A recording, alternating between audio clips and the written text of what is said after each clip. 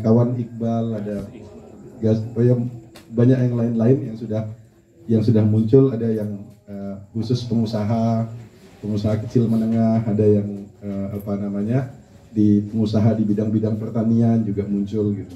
Mungkin saya kenalkan sekali lagi, ini istri saya, namanya Sinta Agatia, Teteh Sinta. Kalau yang Angga manggilnya Teteh Sinta.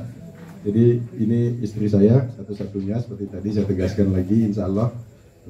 Dan saya event ini kenapa kita adakan agak mendadak, makanya banyak teman-teman relawan tidak bisa mengirimkan wakil karena ada yang cuma fokusnya itu di Lombok Timur semua gitu.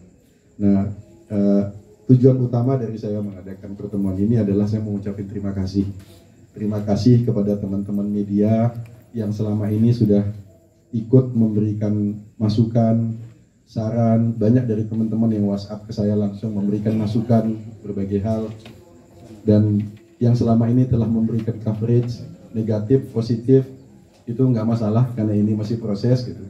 Jadi teman-teman mau menyampaikan apapun tentang saya, buat saya itulah bagian dari proses konsekuensi dari keputusan yang sudah saya buat. Nah, kedua, maksud saya mengadakan pertemuan ini adalah saya ingin menegaskan kembali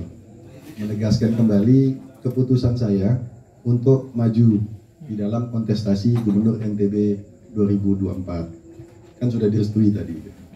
Jadi karena masih banyak pertanyaan di sekitar yang muncul gitu mengenai serius nggak sih, jangan-jangan Mi Iqbal ini muncul hanya untuk memecah Lombok gitu. Jadi tidak ada maksud saya seperti itu untuk memecah Lombok. Sepenuhnya ini adalah keputusan pribadi untuk maju, dan keputusan ini didasari oleh niat baik. Saya sebagai diplomat sudah sampai di puncak karir saya. Sebagai ASN, saya sudah di puncak karir saya juga, sudah eselon 1. Dan masa pensiun saya masih panjang banget. Jadi saya masih punya masa depan yang insya Allah saya sudah di jalan yang benar gitu, dari Siratul Mustaqim di dalam karir saya gitu. Dan saya masih punya peluang, dan banyak sahabat saya di Jakarta yang sampai saat ini tidak setuju saya pulang karena mereka berharap bahwa saya di pusat, saya merasa dibutuhkan di pusat. Tapi jawaban saya sederhana kepada teman-teman saya itu gitu. Saya mengucapkan terima kasih atas rasa sayang mereka kepada saya, tapi saya bilang bahwa ini bukan masalah jabatan, ini bukan masalah posisi, ini adalah panggilan jiwa.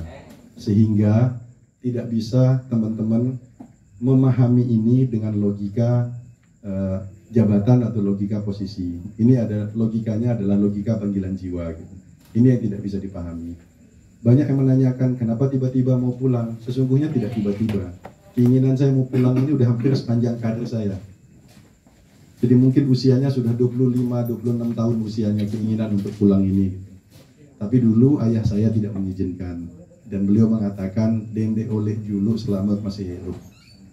Dan momentum perubahan itu terjadi ketika saya mendampingi ayah saya di hari-hari terakhir. Beliau menyampaikan bahwa beliau berterima kasih bahwa saya sepanjang hidup saya nggak pernah bilang enggak kepada orang tua saya. Dan saya mengikut sehingga karir saya ini adalah hasil dari ridho orang tua saya. Apa yang saya capai sekarang ini bukan karena saya pintar, bukan karena saya luar biasa, tapi karena saya diridhoi dan didoakan oleh kedua orang tua saya. Dan saya sudah persembahkan puncak karir saya itu kepada kedua orang tua saya. Termasuk menjadi duta besar termuda adalah persembahan saya ke beliau berdua. Dan alhamdulillah beliau berdua masih diberikan sehat ketika hadir saat saya dilantik oleh Presiden Jokowi di Istana Negara tanggal 7 Januari 2019. Beliau masih hadir dalam keadaan sehat walafiat. Nah, dari dialog saya dengan ayah saya itu, saya merasa bahwa sekarang beliau sudah meridhoi saya untuk pulang, untuk mengabdikan diri saya untuk NTB. Jadi ini adalah jadi judulnya ini pulang ini adalah bukan mengejar jabatan, tapi menginfakkan diri saya untuk kampung halaman saya. Inilah niat yang saya usung. Terus, tapi kan Mami nggak punya background politik. Kok berani masuk politik? Jujur teman-teman, yang menarik buat saya itu menjadi gubernur itu bukan jabatannya, jabatan saya sebagai duta besar itu sudah jauh lebih mewah daripada menjadi gubernur. Dari gaji aja yang halal aja, udah lebih dari cukup gitu, ibaratnya gitu. Nggak perlu korupsi untuk hidup layak gitu. Jadi, dan duta besar itu kan wakil pribadi presiden di negara itu.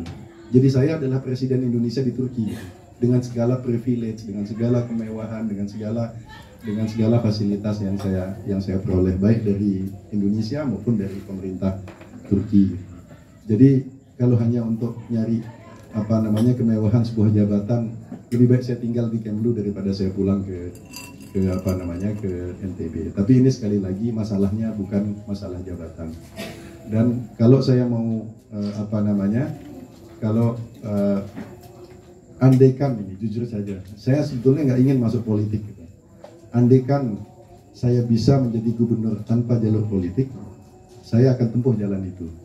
Masalahnya sistem politik kita dan demokrasi elektoral yang kita anut tidak menyediakan jalan lain selain jalan politik untuk sampai ke jabatan itu. Jadi saya memilih jalan ini karena tidak ada jalan lain.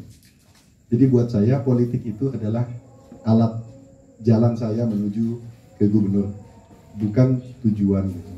Dan apa yang menarik dari gubernur itu, kalau teman-teman tanya, yang menarik adalah kewenangannya. Kewenangan itu bisa kita gunakan untuk melakukan perubahan, untuk melakukan perbaikan, untuk melakukan pembangunan. Jadi kewenangannya sebetulnya yang saya tertarik dari jabatan gubernur itu. Saya, meskipun saya sudah merantau dari usia 14 tahun, sesungguhnya saya tidak pernah tercerabut akar saya dari NTB. Jadi kalau